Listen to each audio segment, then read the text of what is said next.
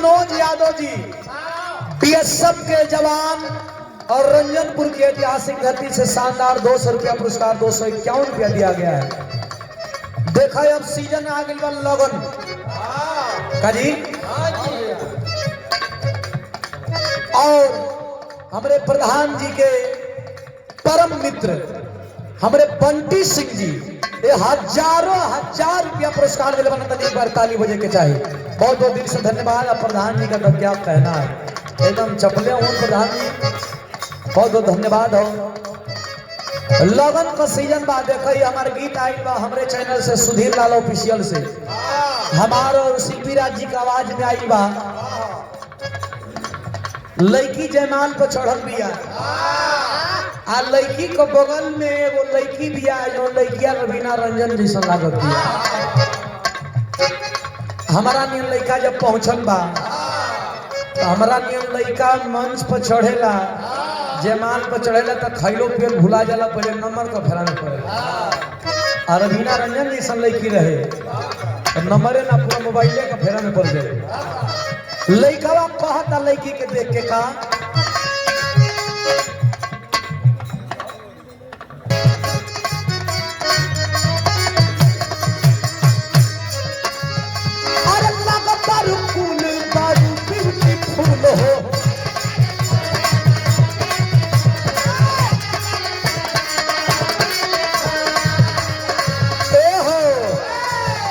सुना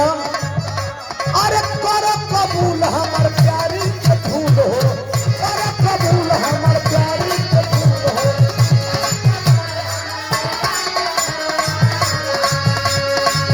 अरे लगतारी फूल बारू ब्यूटी फूल हो, कर कबूल हमार प्यारी के फूल हो। अच्छा तो लड़की का बहिन चाहे लड़का का बहिन शादी में कैसे चिन्हाली बोलो रवीना एगो पहचान बताई वो भले लहंगा लसरात नहीं खेले देखा वो चिन्हा जी यहाँ की लड़की को बहिनी को उठे भैले रही देखा मतलब जानिए कि लड़की को बहिनी वो बहुत दिया का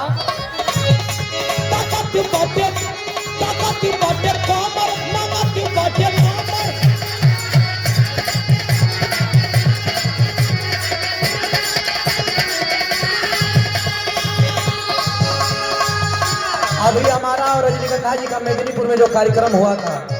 विश्वकर्मा पूजा पे हमारे विनोद भैया का देख रेख में बहुत बड़ा लोगों का सम्मान मिलल, बड़ा स्नेह मिलल और हमारे विनोद भैया बड़ा सम्मान करे में बड़ा दुलार दिलन। हमारे विनोद भैया मंच पे आए बना तनी ताली बजा दे आप सभी। बड़ा प्यार बा, बड़ा दुलार बा, बड़ा स्नेह बा।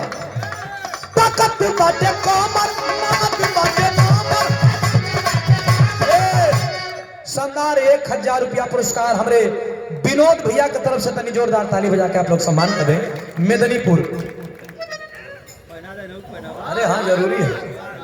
ये प्यार बा दुलार बा स्नेह बा। हमारे विनोद भैया का बड़ा सम्मान रहेला। अध्यक्ष जी बानी वो कमेटी के क्या कहना, धन्यवाद हो, प्रणाम हो। बैठ के जाए सुन के कैसे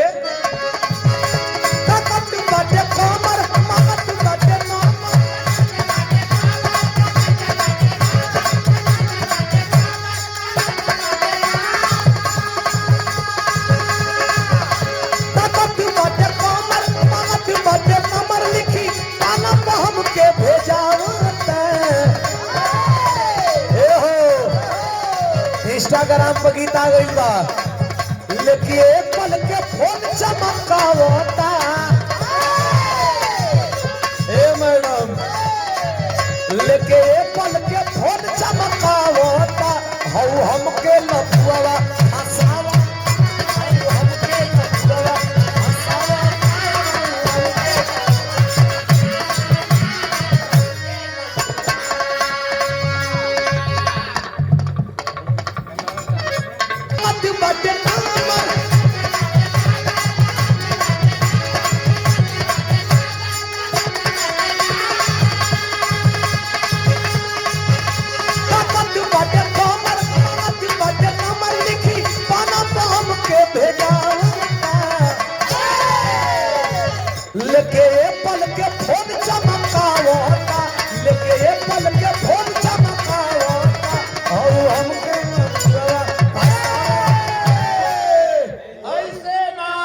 तो बोल ले ओकर बाद बताइए खाली मत कर ए पुरस्कार काल में आवा आय यो काल में आवा जैसे टिबिया पर गंगा चलल हिलौले रहला हीरा लाल यादव जी हमरे गार्जियन जी के तरफ से रंजनपुर सुना रंजनपुर के धरती से शानदार 200 रुपया पुरस्कार आइल बा कोट कोट प्रणाम धन्यवाद हो प्रणाम हो और रंजनपुर की ऐतिहासिक धरती से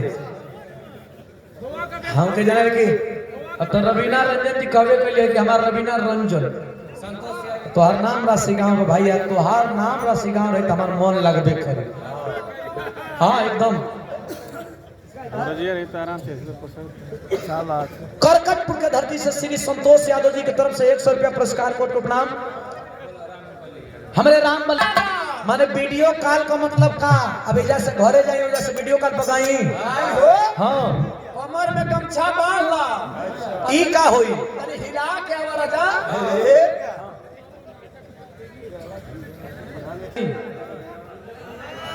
आय तन जोर से बोला लोग हाँ सब कर मांगा हिलवावे का चुप बात तो मत हां हाँ तो ठीक है कहता रहो अब बलमुआ दे साल कम गा देते जरूरत है हाँ प्रधान जी का सम्मान है लेकिन है सुन ला अच्छा वो हम लोग तो मन में छिके रखते बना जा रवीना जी रवरू मन बा उनके कान पे कार लगी कौन चीज तू हिलाई बता तो हमके केहू के बेकार लगे खातिर हिलावत है तो आओ भैया तब हिला देते मन रहू बा कि ना कजी रवीना जी पूरा बा अरे दादा तब तो हमारा खान जाए आओ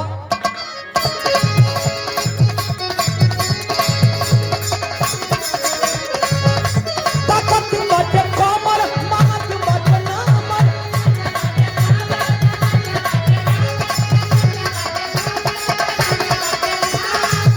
ए हो ताकत बाटे कमर मात बाटे नामर लिखी बना हम के भेजावता तनी हेर ध्यान साहब मोहतरमा ए लेके पल के फोन चमकावता लेके पल के फोन चमकावता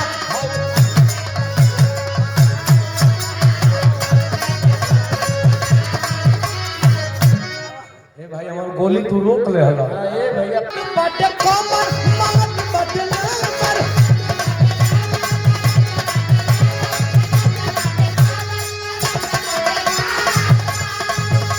ताकत बाटे कमर मात बाटे नामर लिखी बाला हम के भेजावता ओ लेके पल के फोन चमकावता लेके पल के फोन चमकावता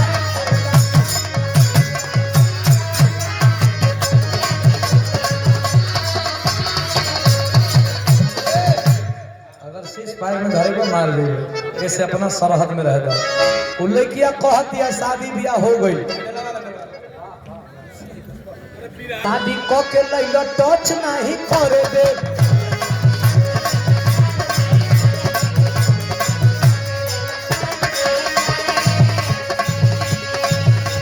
अरे मिली ना जवाब तबले मुंह नहीं धरे दे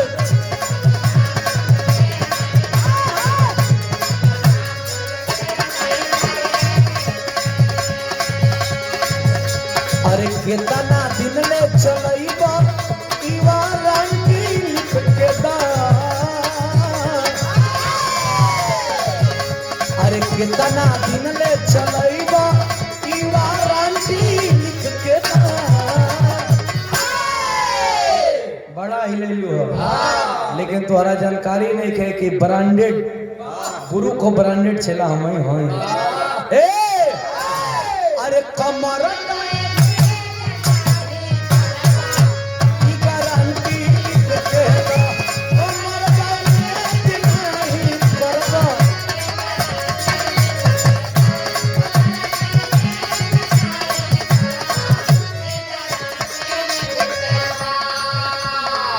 और रंजनपुर की धरती से केशव भैया की तरफ से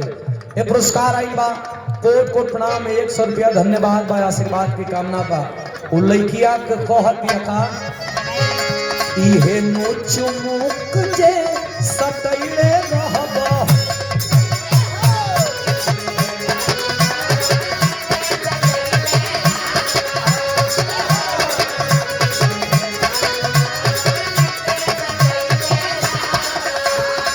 और रंजनपुर से श्री रीमा यादव जी बोलोरो को ड्राइवर साहब एक पुरस्कार 100 रुपया कोट को प्रणाम बा असर पोरे पोरले देखैले रहबा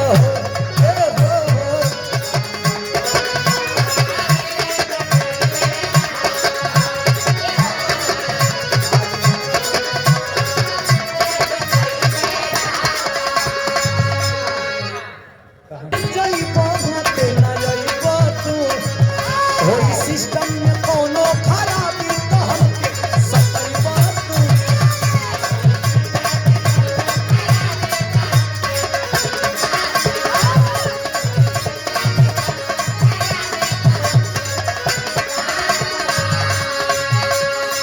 प्रधान जी के दुकानदारिया कल है ओकर बाद आपको भी हवा चाहिए जनते बने हमनों को दुकानिया रहती है में खोले ले आ ग्राहक बड़ा बॉल लगा के जुटावे के पड़ेला।